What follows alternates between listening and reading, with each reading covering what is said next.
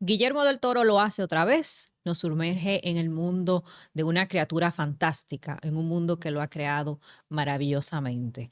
Este episodio es sobre Frankenstein. Sí, José Aquino, usted se encarga de dar las generales de las películas, sinopsis, La todo ese ficha tipo de cosas, técnica, ficha las cosas técnica. Sí, profesionales. usted el Sí, profesional de aquí. sí, los datos generales de la película, que es aquella historia basada en el libro de Mary Shelley, Ujú. ella se inspiró en la historia de Prometeo, del dios griego de Prometeo, y su conflicto, ¿verdad? Como el conflicto del hombre con su creador. Exacto. Por ahí es que va la trama. Y es una película, como decía Diana, que se ha hecho en varias ocasiones, se ha llevado al cine esta historia. Entonces, en este caso le toca a Guillermo del Toro junto con Netflix. Y él, en este caso, él utilizó como protagonistas a Oscar Isaac, Jacob Elordi, que es el sabor de temporada. Muy Y rico. sí, el muchacho está Está muy pegado, rico ese pegado, sabor de pegado. la temporada. Él es muy talentoso. Él Sí. explotó en la serie Euforia. El tipo es talentoso. Él es buen mozo, pero es talentoso.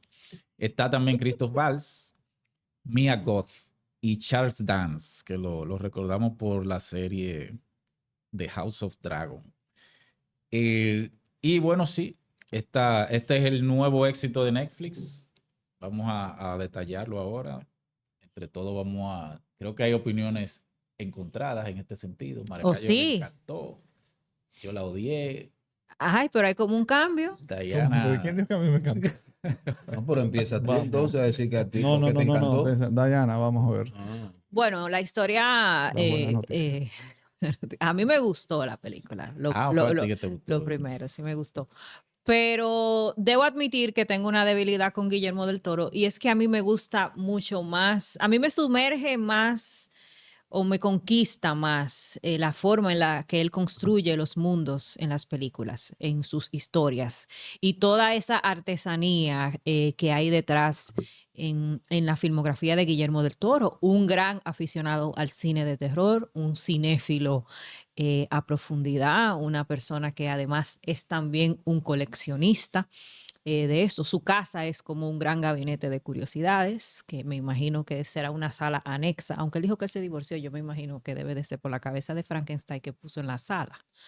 Pero tiene esa forma de no solamente contarte la historia a través de la narrativa cronológica, ¿no? Del primer acto, segundo acto y todo como estamos acostumbrados, sino que todo en su película va contando la historia y tiene un ejercicio creativo extraordinario, que eso es lo que a mí me gusta de la película. En este caso, él hizo un acercamiento a la historia de Maricelli con una relación de la criatura y de su creador, ¿no? Que Víctor Frankenstein, que es esta persona que está en conflicto con ese creador, se aleja un poco o separa de la obra las cosas que no le son necesarias, como toda buena adaptación, ¿no? Porque esta película también ha creado una gran conversación sobre el libro que me parece ideal en tiempos como estos,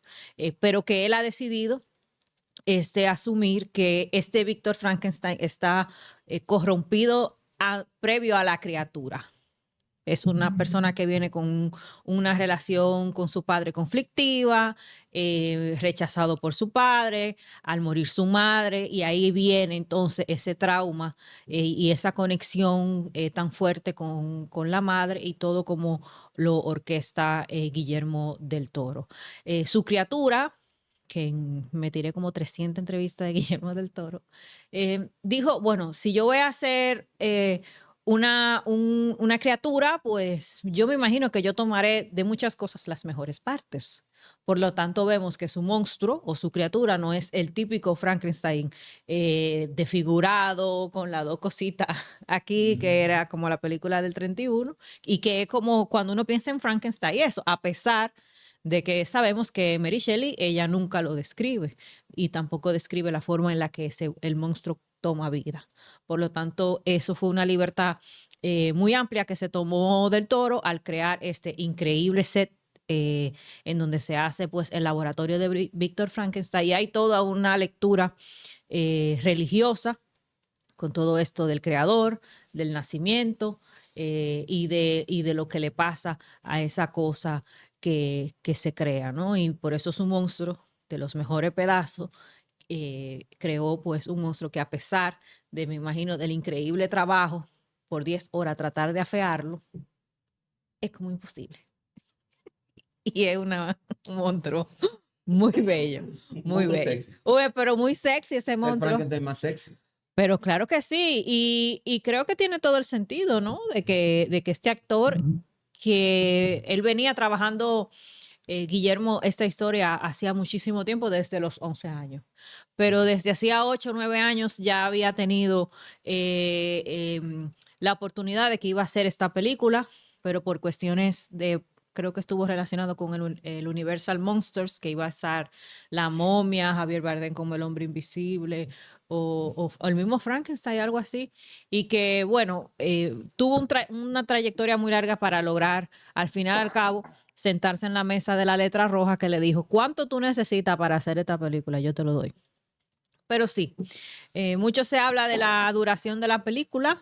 Tiene 2 horas 45 minutos, de las cuales yo creo que le sobran 45, por no Wow. decir ¿En serio? 50, sí. 45, por eso es mucho. Sí, porque se extiende mucho. Se extiende mucho la película. Yo no te podría decir que es una mala película, porque no lo es.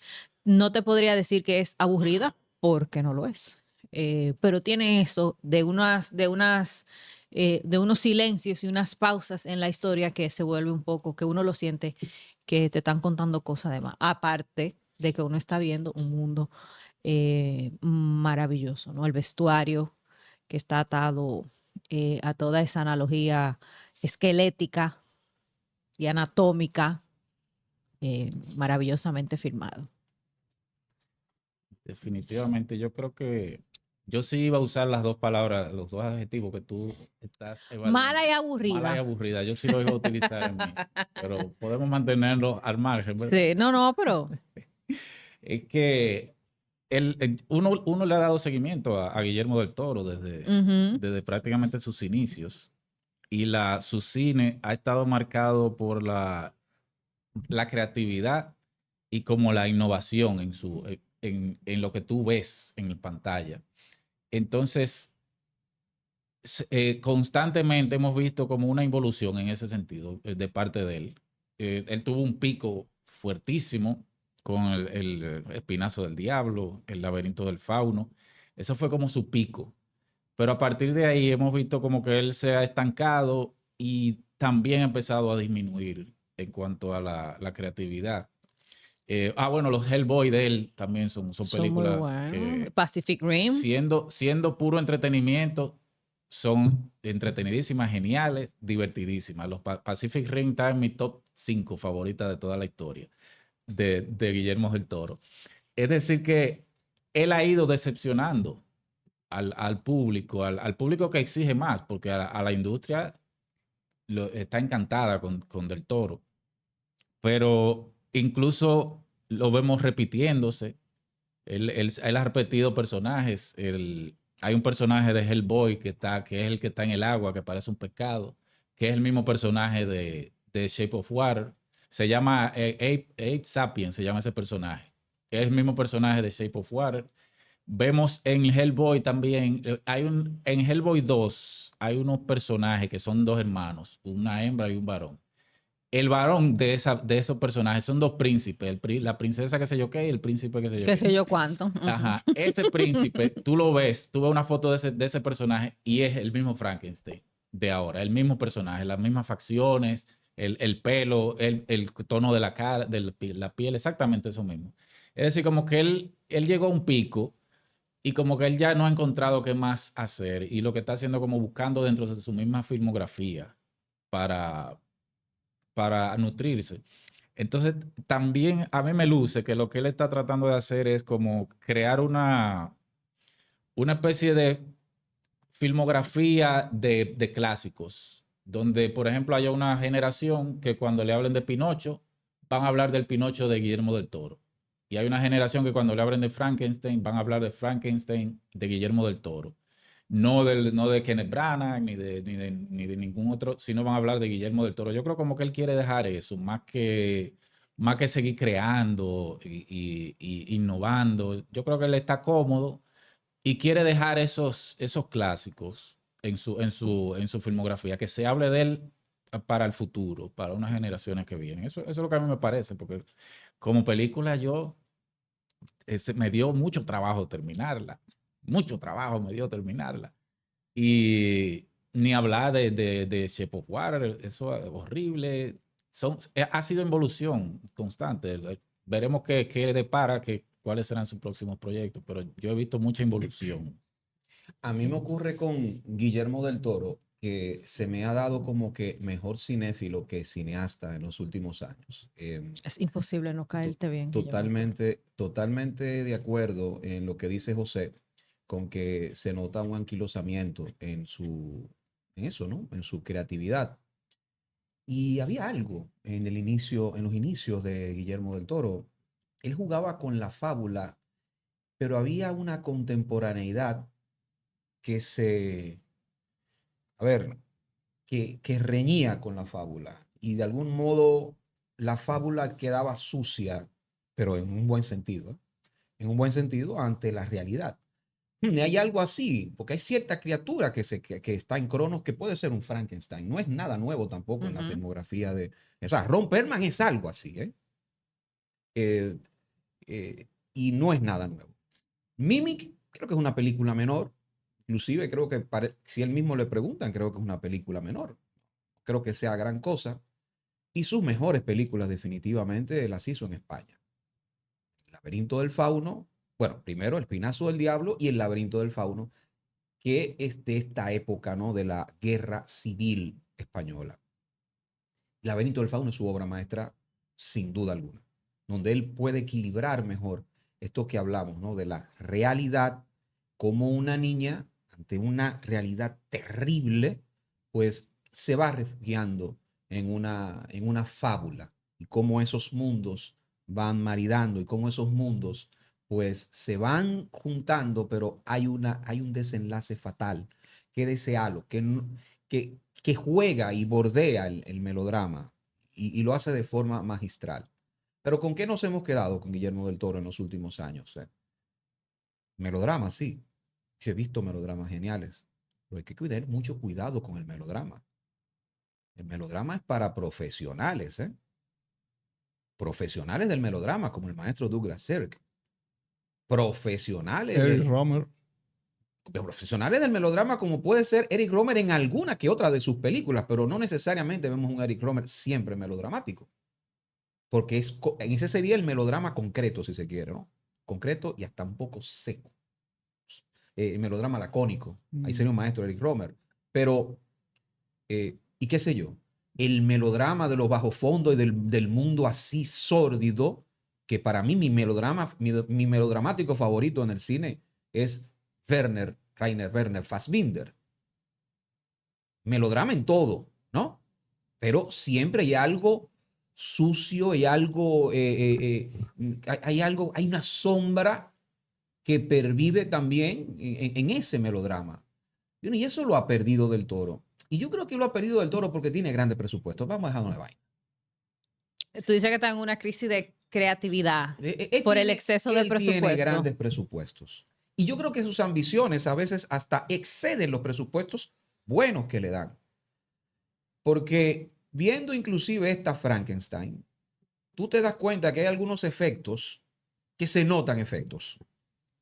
Ciertas explosiones, ciertas cosas que se notan que son efectos. Y tú no puedes, y la magia del efecto, los efectos especiales, es que no parezcan efectos especiales. Y sí, tengo que secundar a José, porque estoy totalmente de acuerdo con él. Cuando dice el tema de que él está tomando franquicias y se las apropia. Sí, le da su estilo, pero al final del día está tomando franquicias, está comprando franquicias, tomando franquicias para sí mismo.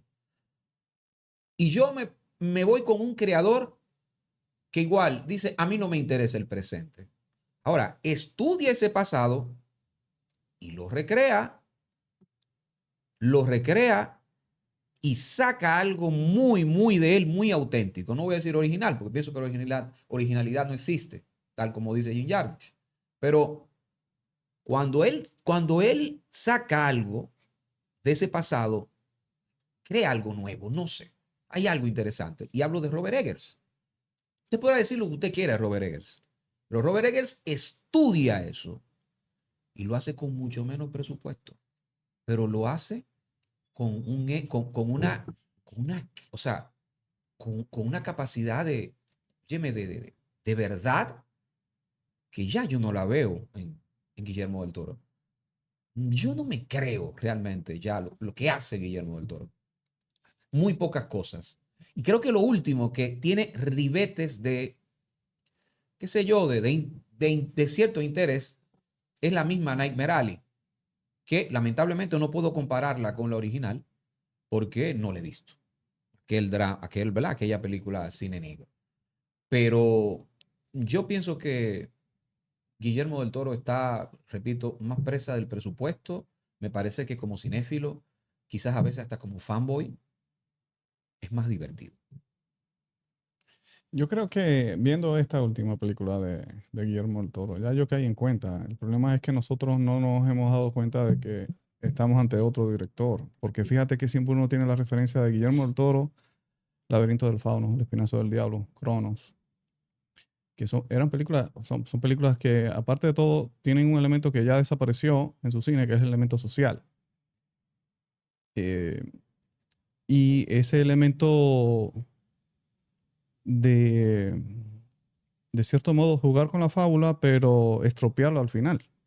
Por eso digo, ¿Mm? Marina, pero al final Entonces, la realidad es un golpe de realidad. sí. Entonces, él en un momento decidió irse por otro camino totalmente diferente. Entonces, yo creo que uno va a tener que, desde ahora, empezar a analizar a Guillermo del Toro, a ese Guillermo del Toro, desde ahora. Y empezar a hablar y dejar atrás las referencias de Laberinto del Fauno, de Cronos, dejarlo atrás.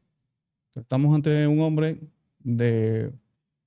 casado con Hollywood y parece comprometido en eso, revivir los clásicos, la forma clásica de hacer cine ante una nueva generación que no tiene mucha referencia y es una fórmula que ha sido súper probada y pues es mucho más rentable.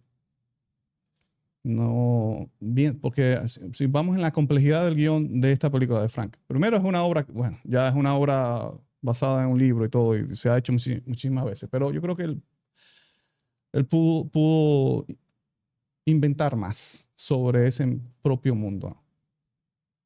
Y no lo hizo. Y lo que tú dices, en cuanto al melodrama, no, no aporta, ¿qué? Melodrama, o sea, no aporta nada nuevo en ese sentido. Y los puntos de giro, los momentos donde tenemos que empatizar con el personaje. Hay un momento donde el Frankenstein se encuentra en esta casa, que él quiere pertenecer a esa familia. Ya uno sabe lo que va a pasar. ¿Qué va a pasar? Que bueno, van a llegar y lo van a maltratar. Y lo van a maltratar. Es el clásico. Pero ¿por qué hacerlo de esa forma? ¿Por qué hacerlo de esa forma? Puede hacerlo diferente. Pero claro, lo hace de esa forma porque su cine está dirigido a una nueva generación que no, repito, no tiene referencia, con una fórmula probadísima ya, que esta nueva generación va a decir, ah, qué maravilla, qué maravilla, y va a llorar. Pero yo no puedo llorar cuando ya yo sé lo que va a pasar. O sea, yo sé lo que va a pasar porque es que ya yo tengo... El barco se va a hundir, tú dices, el Titanic se va a hundir. Sí, o sea, la gente va a llegar allí y este hombre, fíjate que este hombre lo que hizo por el viejo ciego, este monstruo lo que hizo por el viejo ciego. Y fíjate cómo llega y ya tú sabías lo que iba a pasar. Iban a llegar ahí, le iban a culpar y lo mismo. Que sí, es usar una fórmula que cuando yo digo, entonces hay que separar ya. Este hombre decidió olvidarse del cine que hacía, que jugaba con eso, con llevarte por un camino donde tú dices, bueno, viene una fórmula, no, y sorprenderte con un giro. Pues ya él abandonó eso. Y nada, nosotros, solo decir, pero eso ya lo hemos visto tantas veces, tantas veces. Pero tanto así que su celebrada película, digo celebradísima porque ganó el Oscar, ganó mejor película, señores. The Shape of Water, una burda copia de un cortometraje, creo que holandés. Supuesta y alegadamente. Supuesta. Supuesta y alegadamente. No sé en qué paró eso en ese momento, pero supuesta y pero alegadamente nada, siempre. Pero nada más hay que verlo porque es de 2011. ¿eh? Sí, aunque ahí se copiaron ambos, ¿no? Sí. Se copiaron ambos, pero a los muchachos que es válido, porque los muchachos están copiando a un gran director. Exacto. Copiando en la estética del personaje, que es un personaje que hay que dársela. O sea, un personaje creado por Guillermo del Toro. Ahora, él le copió el guión. Le copió el guión, la historia. Ellos le copiaron el personaje y él le copió el guión. Supuesta y alegadamente. Supuesta y alegadamente. Sí, Claro que vamos sí. supuesta y alegadamente para que no demande Guillermo del Toro. Sí, Que aquí tú no sabes. Vamos a afectar sus intereses. Que además en La forma del agua vemos que no es una película que toca una parte social, pero está en un contexto como de Guerra Fría el asunto. Están en la Guerra Fría. Sí, me parece que es Guerra Fría. Yo creo que sí. Entonces fíjate cómo, acuérdate de lo que vimos en El laberinto del fauno, ¿verdad? Uh-huh. Contexto social que él pone allí, con el asunto político. Claro. Y cómo tú puedes entonces hacer una película como La forma del agua. No hay sensibilidad social ahí. ¿Tú te acuerdas del contexto político de la forma del agua? Estamos en Guerra Fría Sí, y ya ustedes saben, ¿no? El clásico, los villanos. Lo bueno y malo. Lo bueno y malo. Bueno y malo, no hay matices. Los comunistas y Estados Unidos que... Bueno. Yo sí creo que no concuerdo con lo que dice Edwin en el sentido de, no sé si fue que, no entendí de lo de no meterse en el mundo, no investigar, no saber hurgar en el cosa. Y que no tiene contexto con la contemporaneidad, o sea, con el presente, que es lo que estamos hablando ahora. Ahora mismo tenemos una amenaza de que la inteligencia artificial va a acabar con nosotros, ¿no? Algo que nosotros hicimos y se nos ha salido de control.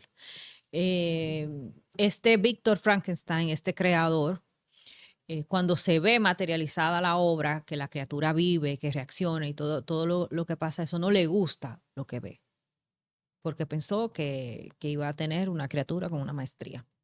Yo creo, tú sabes. Pero esa visión es de la autora. Y rechaza. En el 1800. Sí. Yo iba para allá. Claro, pero Mary Shelley. Pero claro, hay que ver, porque claro, esta es una adaptación de la obra de ella, una autora visionaria, que tú te acuerdas que ella venía, una figura atípica en los 1800, donde ese contexto histórico en donde ella se desarrolla, que una mujer no tenía nada que ver. Inclusive hay 2 versiones del libro, porque hubo cosas que ella le tuvo que corregir, le tuvo que quitar para hacer versiones más digeribles dentro del contexto de lo que estaba pasando y de ella como mujer escribiendo esa obra.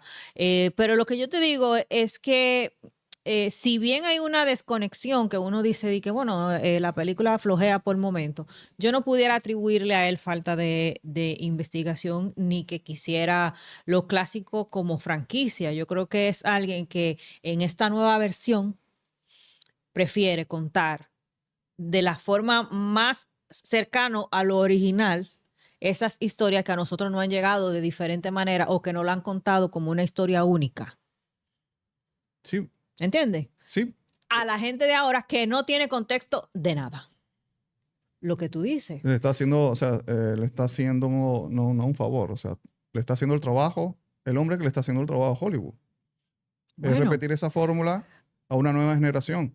Perfecto. Ahí no hay tiempo que invertir en pensamiento, No. Eso, suave. eso Porque es una narcotizarlo. obra conocida, pero es una obra que viene de una literatura que viene de un universo gótico trágico, que tal vez si tú se lo pones en el contexto que tenemos ahora de los nuevos espectadores post pandemia, esta generación, no sé por qué le traban, la generación Mira, de ahora, tal vez ha decidido él contarles esas versiones más cercanas que él entiende a los clásicos originales, porque acuérdate, por ejemplo, que Pinocho es muy distinto a lo que es todas las versiones que nosotros tenemos de esos clásicos, son las versiones que nos contó Walt Disney. Ujú. En el caso de, por ejemplo, Pinocho. O como él ha comentado, que quiere adaptar La Bella y la Bestia. ¿Sabes? Porque son historias que Walt dijo, bueno, señor, crea un niño porque quiere tener compañía y ay, me parece fantástico. Lo orquesto, lo dibujo, ¡guau! Un clásico. Pero las historias reales, como por ejemplo La Bella y la Bestia, la Bella tiene un conflicto existencial cuando él se vuelve hombre.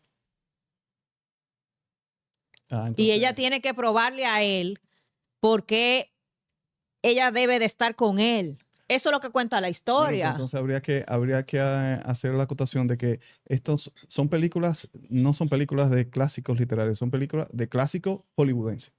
Claro. Es decir, llega un momento en que ya, o sea, no tienen nada, no tienen el espíritu ni siquiera de la Bueno, obra es que literaria en la sino adaptación- una creación de Hollywood. que la adaptación va a perder muchísimas cosas de la autenticidad. Pero ¿cuántas Mariana. películas se han hecho de Frankenstein? Muchísimas. Ya. Muchísimas. el Pero Franklin tú, más bello, referen- la- el Frankenstein más bello y el de De Niro es bien feo. horrible. Ya. Entonces la referencia ya no es la ¿De quién escritora, no es la Kenneth obra Branagh, ¿no? literaria. Kenneth Branagh. Pero él es un fanático de esos De fuera de clásicos. Kenneth Branagh. Definitivamente es un cinéfilo empedernido y es una película que él ha querido hacer por muchos años. Y creo que él, También dijo eso. claro, desde niño quería hacer esa Con película. Pinocho también lo mismo, ¿no? Pero es que Ya, yo sí, no creo esos son, cuentos, ¿no? son esas historias que tú toda la vida te han acompañado. Si tú eres un niño que está solo y tienes una gran imaginación, lo lógico es que te acompañen esas historias. Si son las de verdad, si lees la de verdad y él con esa tendencia al oscuro, lo trágico y lo gótico, le van a fascinar esas historias. Ujú. O sea, es lo más Y lógico. más Yo, si- y mira, más si son quiero- rentables. pero yo no puedo atribuirle que no hizo la tarea de investigar, No, ni yo no- que, ni que, No, ni no, que no. trata la obra como franquicia. No, Él está no, haciendo no, una película. No, y es un- Y en la adaptación la película va a perder muchas cosas y va a ganar otras cosas. Y se la apropia. Cuando yo se la apropia, Hace una hay versión un de él. ejercicio de apropiación. Pero Es un hace su ejercicio versión. de Hace su apropiación. versión. Ahora, lo que yo estoy diciendo, y por eso puse a Robert Eggers, es que con mucho menos presupuesto, Robert Eggers va al pasado, busca algo en el pasado, se interna en el pasado, se toma muchísimo tiempo en el pasado y tiempo. te hace algo con mucho menos cuarto, más creíble. Tú lo crees. O sea, la vaina de Noferatu que él hizo es una vaina. Usted podrá no gustarle. Ahora, se cree y te atrapa de una forma que tú dices, wow, todas las películas de él tienen eso. Ni hablar del Faro, por ejemplo. Ah, no, Ni hablar, por claro. ejemplo, del Faro. Que hay algo ahí que tú dices, wow, es el pasado, pero estoy viendo algo totalmente revelador. A mí se me está revelando algo ahí. Pero tú también Yo no- tienes... Guillermo del Toro no te da eso. En esta película no te da eso. Independientemente de que tiene valores de producción. Ya no- independientemente, ya no lo podemos comparar con ese tipo de ya escenas. no te revela nada. No Vamos. te revela absolutamente nada. Y yo creo que si hay algo por lo que uno también ve el cine, y más si tú eres un tipo que le gusta terror, oscuridad, bueno, ese al misterio. ¿Dónde está el misterio? ¿Dónde está? Más miedo te da David Lynch. No sé qué don David. Más miedo te da David complicado. Lynch. Y se supone, y David Lynch, tú lo figuras como un creador de terror. No. Te No, da, te da. Tú piensas, dime, Pero es que dime ya los Lynch- cinco maestros de Pero es terror. terrorífico. Dime los 5 maestros de terror. ¿Tú tienes a David Lynch ahí en los 5? Más misterio, más miedo te da David Lynch. ¿Sabes por qué? Porque este hombre mete la fantasía, lo sórdido, la pesadilla, te la mete aquí, y aquí mismo, en la realidad, plan. No edulcora la cosa.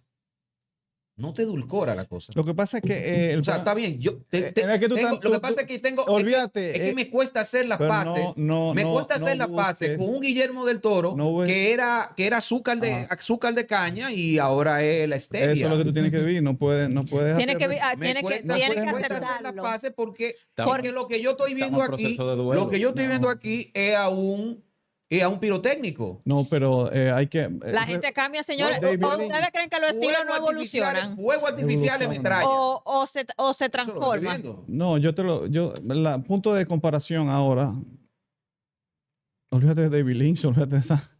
Tim Burton, por ejemplo. Ujú. Ya, Tim Burton. Están en lo mismo, en el mismo Eso. derrotero. Bueno, Están en el mismo derrotero. es bueno, eso es, pero con eso que tenemos que compararlo. Pero Tim Burton no da miedo. A mí no me da miedo. Bueno, Tim Burton hizo una película como Sweeney Todd, por ejemplo. Brillante. Ujú. Ese fue como su último. Su despedida. De que esa fue una etapa fue que su se última quedó ahí, película, más su última nunca. gran película. Ujú. Bien. Pero esos son con los directores que tenemos que comparar allá a Guillermo del Toro. Olvidémonos de eso. Ok, con Spielberg. Spielberg, Sale perdiendo, claro. porque Spielberg es así de. Spielberg es así, men. Spielberg. Así, o sea, Spielberg mató junto a George Lucas, mató al nuevo Hollywood. Él es así. Entonces, o sea, ahí sale perdiendo. Bueno, hay muchas cosas de la película que a mí me gustaron. Específicamente esa parte que tú dijiste del señor ciego. Ujú. Al monstruo lo acepta alguien que no lo puede ver. Sí, muy tierno, sí. Eso es muy tierno. A mí me pareció tierno. Sí, es tierno. tierno. Y termina pasando lo que todo el mundo sabe que va a pasar. La Ajá. gente que lo ve, este tigre en la selva que Yo está les voy a decir una cosa. en Miren, el bosque. jóvenes, qué sé si yo ustedes qué. quieren ir al pasado y ver melodrama, vean a Douglas Sirk. Todo. Todo de Douglas Sirk. Vean todas las películas de él. Y si quieren ver todavía dramas donde se sientan mucho más cercanos a lo encebollado, vean cualquier vaina de México. Vean hasta El Peñón de las Ánimas. Vean cualquier vaina de esa. Que son Ah, el más de la efectivas. señora, el gabinete, Son todavía más efectivas que Guillermo del Toro, que por cierto es mexicano. el cadáver de la señora. Increíblemente mexicano, ¿eh? Todavía mexicano, que yo sepa, ¿no? Ah, tampoco te pase. Le va a quitar la nacionalidad ahora también. Coño, pero Dios mío, Que yo sepa, señores, pero mexicano disfruten todavía. una película masiva, que todo el mundo está hablando de un libro, que todo el mundo está hablando de que quiere leer el libro, que quiere ver los clásicos. Me quedo con eso, Ujú. aunque le quito 45 minutos. O tal vez 50. 45 minutos. O 55. Yo le quito 2 horas y media. No, pero es que tú eres un exagerado también. Señores, si a ustedes les gustó Frankenstein, ¿están de acuerdo con lo que yo estoy diciendo? O con lo que dicen mis estimados amigos aquí sobre su percepción negativa. ¿Cuál Guillermo del Toro le Negativo. gusta? ¿El del Espinazo del Diablo o este? ¿En qué etapa de Guillermo del Toro se encuentra usted como cinéfilo? Así que déjelo en los comentarios. Yo estoy en la etapa terminal. Estoy tratando de hacer una despedida coherente. Suscríbanse y comenten. No, sinceramente.